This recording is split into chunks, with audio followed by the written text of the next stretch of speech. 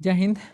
आज हम लोग एसएससी एमटीएस 2022 का सेट नंबर 32 को यहाँ पे डिस्कस करेंगे। टोटल जो एग्जाम हुआ था आपका 48 शिफ्ट में ये एग्जाम है। आज हम लोग इसके 32 नंबर शिफ्ट को यहाँ पे डिस्कस करने वाले हैं। चलिए स्टार्ट करते हैं। स्टार्ट करने से पहले बता दें कि हमारे टेलीग्राम चैनल का लिंक जो है डिस्क्रिप्शन में दिया गया और वहाँ पे आप उस नेम को आप टेलीग्राम चैनल पर सर्च कीजिएगा तो आपको वहाँ पे चैनल का नाम आ जाएगा।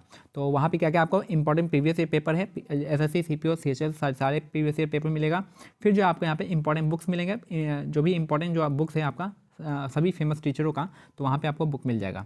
चलिए स्टार्ट करते हैं। पहला क्वेश्चन है, धातुओं का वह गुण जिसके कारण उसे खींचकर पतले तार जैसा बनाते हैं तो उसको क्या कहते हैं? तो उसको हम तन्यता कहते हैं या फिर आपका डक्टिलिटी कहते हैं। तो धातुओं का वह गुण जिसके कारण उन्हें खींचकर पतले तार बनाए जा सकते हैं, इसको हम क्या कहते हैं? डक्टिलिटी कहते हैं या फिर तन्यता कहते हैं। डक्टिलिटी या तन्यता कहते हैं। हाँ, दूसरा है आपका कि पांड्य राजवंश की राजधानी क्या थी? तो पांडवों की राजधानी थी मदुरई, इसका करेक्ट आंसर हो जाएगा। पांडवों की जो राजधानी थी कौन सी थी? तो मदुरई, इसका करेक्ट आंसर हो जाएगा पांडवों की। नेक्स्ट है अंतर्द्रव्यीय जालिका यानी इंडोप्लाज्मिक रेक्टिकुलम के बारे में निम्नलिखित में से कौन सा कथन सही है पूछा है। तो यहाँ पे इंडोप्लाज्मिक रेक्टिकुलम क्या होता है? झिल्ली युक्त नलिकाओं तथा सीट का एक बहुत बड़ा नेटवर्क होता है और यह संरचना में प्लाज्मा झिल्ली के समान होते हैं। तो दोनों ही स्टेटमेंट यहाँ पे क्या है आपका? करेक्ट हो जाएगा। तो अंतर्द्रव्यीय जालिका यानी इंडोप्लाज्मिक रेक्टिकुलम के बारे में कौन सा सही है? तो आपका इसमें जो झिल्ली युक्त नलिकाओं और तथा सीट का एक बहुत बड़ा नेटवर्क होता है और यह संरचना में प्लाज्मा झिल्ली के समान होता है। दोनों ही आपका। दूसरा है आपका पृथ्वी का सबसे बड़ा महासागर कौन सा है? तो आपका प्रशांत महासागर, इसका करेक्ट आंसर हो जाएगा। पृथ्वी का सबसे बड़ा महासागर आपका प्रशांत महासागर, इसका करेक्ट आंसर हो जाएगा प्रशांत महासागर, पैसिफिक ओशन। नेक्स्ट है सिलसिला और चांदनी जैसे ब्लॉकबस्टर फिल्मों के किसके संगीत और उनके संगीत प्रतिभा का बेहतरीन अभिव्यक्ति है? तो आपका पंडित शिव कुमार शर्मा, इसका करेक्ट आंसर हो जाएंगे। तो सिलसिला और चांदनी जैसी ब्लॉकबस्टर फिल्में किसके संगीत और उनके संगीत प्रतिभा की बेहतरीन अभिव्यक्ति है? तो पंडित शिव कुमार शर्मा, इसका करेक्ट आंसर हो जाएंगे। नेक्स्ट है रुक्मणी देवी अरुंडेल जो है आपका भारत के किस शास्त्रीय नृत्य से जुड़ी हैं? तो भारतनाट्यम से जुड़ी हैं। तो रुक्मणी देवी अरुंडेल का संबंध किस डांस फॉर्म से आता है? तो आपका भारतनाट्यम से आता है। तो रुक्मणी देवी अरुंडेल भारत के किस शास्त्रीय नृत्य से जुड़ी हैं? तो भारतनाट्यम से जुड़ी हैं। रुक्मणी देवी अरुंडेल हो जाएंगी।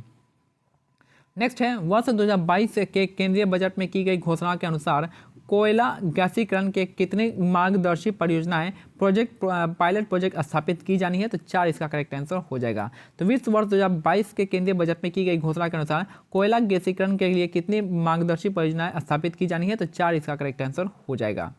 नेक्स्ट है एक पारंपरिक बास्केटबॉल टीम में 12 खिलाड़ी होते हैं जिसमें किसी भी समय कोर्ट पर आपके 5 बास्केटबॉल खिलाड़ी होते हैं। तो एक पारंपरिक बास्केटबॉल टीम में 12 खिलाड़ी होते हैं जिसमें किसी भी समय कोर्ट पर आपके 5 बास्केटबॉल खिलाड़ी होते हैं। नेक्स्ट है तंजौर में स्थित बृहदेश्वर मंदिर भारत के सबसे बड़े मंदिरों में से एक है और चोल राजवंश के काल के दौरान निर्मित यह मंदिर द्रविड़ शैली वास्तुकला का एक आपका बेहतरीन उदाहरण है। तो जो आपका तंजौर में स्थित है बृहदेश्वर मंदिर भारत के सबसे बड़े मंदिरों में से एक है और इसे चोल राजवंश के काल के दौरान निर्मित किया गया था और यह मंदिर जो है द्रविड़ वास्तुकला का एक उदाहरण है। याद रखिएगा जो है आपका बृहदेश्वर मंदिर जो आपका चोल शासक के राजा प्रथम ने बनवाया था। ठीक है, चोल शासक के राजा प्रथम ने बनवाया था। 2022 में अंतर्राष्ट्रीय हवाई संपर्क योजना की शुरुआत किसने की थी? तो आपका ज्योतिराव सिंधिया ने किया था। तो 2022 में अंतर्राष्ट्रीय हवाई संपर्क योजना किसने स्टार्ट किया था? तो ज्योतिराव सिंधिया ने किया था। नेक्स्ट है निम्नलिखित में से कौन महानदी की एक सहायक नदी नहीं है? तो महानदी की सहायक नदी कौन कौन सा है? तो हसदेव है, शिवनाथ है और आपका तेलन इसका करेक्ट रहेगा। इंद्रावती इसका आपका नहीं है। तो कौन सी महानदी की सहायक नदी है? तो हसदेव है, शिवनाथ है और आपका तेलन इसका करेक्ट आंसर हो जाएगा और इंद्रावती नहीं है। नेक्स्ट है महोत्सव बहुत हर्ष उल्लास का अवसर होता है क्योंकि बुआई का मौसम समाप्त हो चुका होता है। यह उत्सव जो आपका नागालैंड की एक जनजाति द्वारा मनाया जाता है, एओ जनजाति द्वारा मनाया जाता है। याद रखिएगा कि महोत्सव जो आपका बड़े हर्ष और उल्लास के साथ मनाया जाता है क्योंकि ये आपका बुआई का मौसम होता है और समाप्त हो चुका होता है। तो यह उत्सव जो आपका नागालैंड यानी महोत्सव का त्यौहार जो है कहाँ मनाते हैं? तो नागालैंड में मनाते हैं महोत्सव। नेक्स्ट है आय या उपभोग के स्तरों पर के आधार पर निर्धनता मापने के लिए इनमें से किस सामान्य शब्द का प्रयोग करते हैं? तो आपका पॉवर्टी लाइन यानी निर्धनता रेखा का हम यूज करते हैं। आय या उपभोग के स्तरों के आधार पर निर्धनता मापने के इनमें से किस सामान्य शब्द का यूज करते हैं हम लोग? तो निर्धनता रेखा यानी पॉवर्टी लाइन का हम लोग यूज करते हैं। नेक्स्ट है, अप्रैल 2022 तक उपलब्ध जानकारी के अनुसार भारत में कपास का अग्रणी प्रमुख उत्पादक राज्य कौन सा है? तो गुजरात इसका करेक्ट आंसर हो जाएगा। तो अप्रैल 2022 तक उपलब्ध जानकारी के अनुसार भारत में कपास का अग्रणी उत्पादक कौन है? तो गुजरात इसका करेक्ट आंसर हो जाएगा। महात्मा गांधी ने किस वर्ष नील की खेती करने वालों के खिलाफ चंपारण आंदोलन का नेतृत्व किया था? तो 1917 इसका करेक्ट आंसर हो जाएगा। महात्मा गांधी ने किस वर्ष नील की खेती करने वालों के खिलाफ चंपारण आंदोलन का नेतृत्व किया था? तो 1917 इसका करेक्ट आंसर हो जाएगा। महात्मा गांधी ने किस वर्ष नील की खेती करने वालों के खिलाफ चंपारण आंदोलन का नेतृत्व किया था? तो आपका 1917 में नेतृत्व किया था। नेक्स्ट है, पन्ना राष्ट्रीय उद्यान निम्नलिखित में से किस राज्य में स्थित है? तो मध्य प्रदेश राज्य में स्थित है पन्ना राष्ट्रीय उद्यान। तो पन्ना राष्ट्रीय उद्यान जो है निम्नलिखित में से किस राज्य में स्थित है? तो आपका मध्य प्रदेश राज्य में पन्ना राष्ट्रीय उद्यान निम्नलिखित प्रसिद्ध है। पन्ना राष्ट्रीय उद्यान मध्य प्रदेश जगह। निम्नलिखित में से कौन वर्ल्ड कोरियोग्राफी अवार्ड 2022 जीतने वाली पहले भारतीय थे? तो आपका सुरेश मुकुंद इसका करेक्ट आंसर हो जाएगा। निम्नलिखित में से कौन वर्ल्ड कोरियोग्राफी अवार्ड 2020 जीतने वाले पहले भारतीय थे? तो आपका सुरेश मुकुंद इसका करेक्ट आंसर हो जाएगा। नेक्स्ट है, निम्नलिखित में से कौन 6 अप्रैल 2022 तक की तिथि के अनुसार भारत का सबसे धनी व्यक्ति है? तो मुकेश अंबानी इसका करेक्ट आंसर हो जाएगा। निम्नलिखित में से कौन 6 अप्रैल 2022 तक की तिथि के अनुसार भारत के सबसे धनी व्यक्ति हैं? तो आपके मुकेश अंबानी इसका करेक्ट आंसर हो जाएंगे। नेक्स्ट है, कोई भी व्यक्ति अब कौन से हो जाएंगे? अब है अडानी हो जाएंगे। ठीक है, अब अडानी ग्रुप जो है सबसे ऊपर हो गए हैं, तो अब मुकेश अंबानी नीचे आ गए हैं। कोई भी व्यक्ति राष्ट्रीय गौरव अपमान निवारण अधिनियम के तहत राष्ट्रीय ध्वज, भारतीय संविधान और राष्ट्रगान का अनादर नहीं कर सकता है। कोई भी व्यक्ति राष्ट्रीय गौरव अपमान निवारण अधिनियम के तहत राष्ट्रीय ध्वज, भारतीय संविधान और राष्ट्रगान का अनादर नहीं कर सकता है। नेक्स्ट है, राज्यसभा का सदस्य बनने के लिए किसी भी व्यक्ति का भारतीय नागरिक और कम से कम 30 वर्ष का आयु होना आवश्यक है।